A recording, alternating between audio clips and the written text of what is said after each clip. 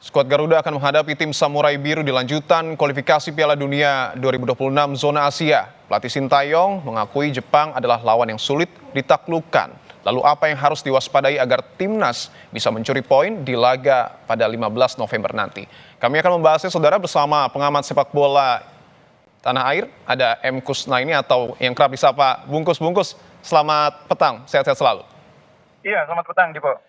Kalau kita lihat kan di atas kertas saja, Bungkus. Kita akan bahas di atas kertas dulu. Secara peringkat FIFA, Jepang lebih tinggi dibanding Indonesia. Lalu apa yang harus diwaspadai dari skuad Samurai Biru ini?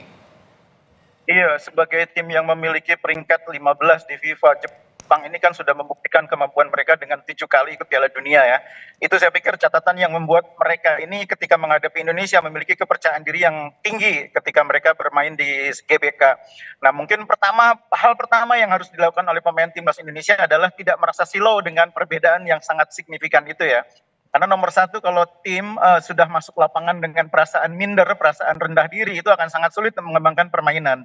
Jadi ketika masuk lapangan, pemain-pemain kita tidak boleh silau dengan posisi lawan yang peringkat ke-15 FIFA, 7 kali ke Piala Dunia, dan 24 dari 27 pemainnya kan main di Eropa. Itu perbedaan yang sangat signifikan dengan sepak bola Indonesia. Betul, 24 pemain Jepang ini diantaranya bermain di luar Jepang. Artinya mayoritas adalah bermain di Liga Eropa. Kalau dibandingkan dengan timnas Indonesia, kita juga tidak kalah tentunya karena ada taburan bintang juga, pemain naturalisasi yang bermain di Liga Eropa. Ini bisa mendongkrak semangat atau mental timnas Indonesia tidak? Kedatangan ataupun kehadiran dari pemain naturalisasi ini? Iya, betul. Jadi pemain-pemain yang sekarang bermain di Eropa harus menjadi katalis ya, harus menjadi pendorong semangat, pendorong kepercayaan diri para pemain lokal kita. Memang di satu sisi kualitas liga yang diikuti oleh pemain kita dengan Jepang itu kan berbeda. Pemain-pemain kita meskipun main di Eropa itu biasanya klubnya bukan klub-klub elit ya. Mungkin ada yang main di klub seperti Twente, ada yang bermain di klub seperti Copenhagen.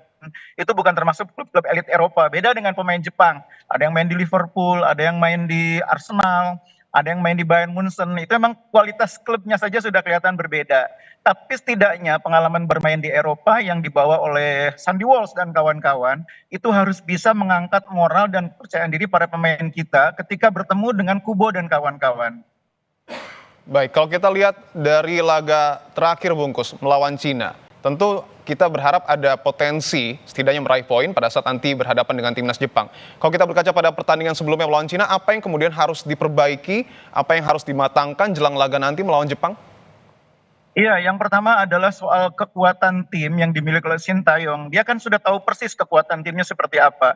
Sintayong tidak perlu lagi bereksperimen menyusun formasi yang berbeda, tidak perlu lagi bereksperimen mencoba-coba pemain yang berbeda. Dia sudah tahu kekuatan tim kita ada di mana, pemain-pemain utamanya siapa. Itu saja fokus yang diberi kesempatan bermain. Nah, pada saat dibutuhkan baru dilakukan rotasi. Jadi kita sekarang berada di situasi yang bisa dibilang krusial. Dua pertandingan lawan Jepang dan selanjutnya lawan Arab Saudi itu adalah dua pertandingan di mana kita tidak boleh melewatkan kesempatan meraih poin. Jadi kalau kita kehilangan poin di dua laga ini, peluang kita lolos ke putaran keempat itu menjadi sangat sulit. Target realistis sekarang ini pasti hanya 12 poin. Sulit untuk mengejar 15 poin. Nah, kalau kita mengejar 12 poin, artinya kita butuh 9 poin dan itu dicapai melalui 3 kemenangan. 3 kemenangan itu yang paling realistis ketika kita bertemu dengan China, bertemu dengan Bahrain, bertemu dengan Arab Saudi. Makanya kalau bagi saya, kuncinya kita nanti melawan Arab Saudi harus menang. Melawan Jepang adalah semacam batu loncatan menuju ke pertandingan lawan Arab Saudi.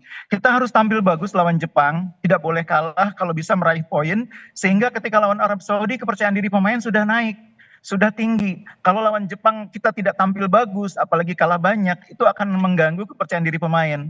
Jadi dua pertandingan ini menurut saya harus dipastikan betul kita tampil dengan kekuatan terbaik.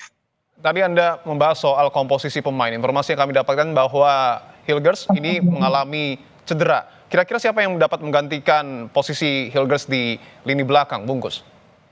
Ya, idealnya memang kita sudah punya Kevin Dix ya. Tapi Dix sejauh ini kita belum tahu apakah pengesahannya di FIFA bisa sesuai dengan target, sesuai dengan jadwal atau tidak. Tapi kalau Kevin Dix bisa sesuai dengan rencana pengesahannya di FIFA, harusnya bisa main dan menggantikan peran Miss Hilger. Tapi seandainya tidak bisa, maka saya pikir di posisi itu ada Rizky Ridho. Selama ini pun kita sering bermain dengan Rizky Ridho di posisi back tengah kanan. Kalau nggak Rizky Ridho masih ada Sandy Walsh. Jadi sebetulnya di lini belakang sebetulnya kalau terjadi kasus seperti absennya Miss Hilger, kita tidak terlalu bermasalah. Yang bermasalah ketika kita kehilangan Ivar Jenner di tengah. Karena di tengah stok kita tidak banyak. Hanya ada Tom Hai, hanya ada Ivar Jenner, hanya ada Ricky Kambuaya, dan mungkin Nathan. Tapi selama ini pasangan yang paling sering dimainkan Sintayong, itu kan pasangan Ivar Jenner bersama dengan Tom Hai. Karena itu saya pikir kehilangan Ivar Jenner cukup mengganggu dari segi persiapan. Ya, soal Kevin Dix disebut-sebut juga bakal membawa perbedaan bagi skuad Garuda. Ini sekali lagi, apakah mungkin nggak kira-kira tampil di lawan laga Jepang nanti? Ya, prosesnya kan sekarang tinggal pengesahan di FIFA ya. Sudah disumpah dan kalau proses penerbitan KTP dan paspor, saya pikir itu bisa dilakukan dengan cepat ya, karena itu wilayahnya di kita. Tapi kalau pengesahan di FIFA itu kan wilayahnya di FIFA, itu yang mungkin agak krusial. Waktunya memang terlalu mepet kalau menurut saya, sehingga yang paling realistis adalah memainkan Kevin Dix itu ketika melawan Arab Saudi. Itu yang paling realistis. Jadi mungkin di pertandingan lawan Jepang nanti kita belum siap, mungkin belum bisa diperkuat oleh Kevin Dix, dan mungkin Rizky Ridho yang harus menggantikan peran Miss Hilger. Kita sudah bicara soal kedalaman tim, kemudian juga kita sudah bicara soal teknis. Nah, kalau kita berkaca lagi pada pertandingan terakhir Timnas Indonesia melawan Timnas Cina, sebenarnya itu kan 2 gol Cina ini ada dari faktor kelalaian ataupun hilangnya konsentrasi. Bungkus, kalau kita lihat, ini tidak boleh dilakukan artinya pada saat melawan Jepang, sekecil apapun itu. Ya, itulah bedanya tim yang sudah sering main di level tinggi dengan tim Indonesia yang baru kembali ke level tinggi ya. Kita selama ini kan mainnya banyak di level ASEAN. Sekarang mainnya di level tinggi, bertemu lawan-lawannya berbeda. Dulu lawan kita adalah Thailand, Vietnam, Malaysia. Sekarang lawannya lebih tinggi, negara-negara yang peringkat FIFA-nya jauh di atas kita. Ada Australia, ada Bahrain, ada Jepang, ada China. China pun peringkatnya di atas kita. Karena itu memang saya masih paham kalau dalam beberapa kesempatan pemain kita belum sepenuhnya bisa tampil maksimal. Karena belum terbiasa main di level tinggi. Nah, saya pikir dengan pengalaman kemarin dikalahkan oleh China, itu menjadi semacam cambuk, menjadi semacam pengalaman berharga yang akan membuat kita belajar, tidak lagi membuat kesalahan sendiri dalam pertandingan krusial.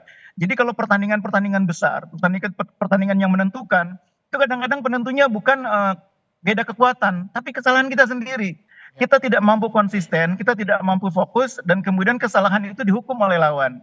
Nah, itu yang saya pikir harus kita hindari, dan mudah-mudahan pelajaran lawan China itu bisa membuat kita jauh lebih baik lagi. Apalagi di tiga laga sebelumnya kan kita sebetulnya sudah bisa tampil bagus. Kita bisa menangkan Australia itu sudah luar biasa. Baik, mudah-mudahan kita bisa meraih poin pada saat nanti melawan Timnas Jepang. Terima kasih atas jawaban Anda. Ya, baik. Bungkus, sehat-sehat selalu.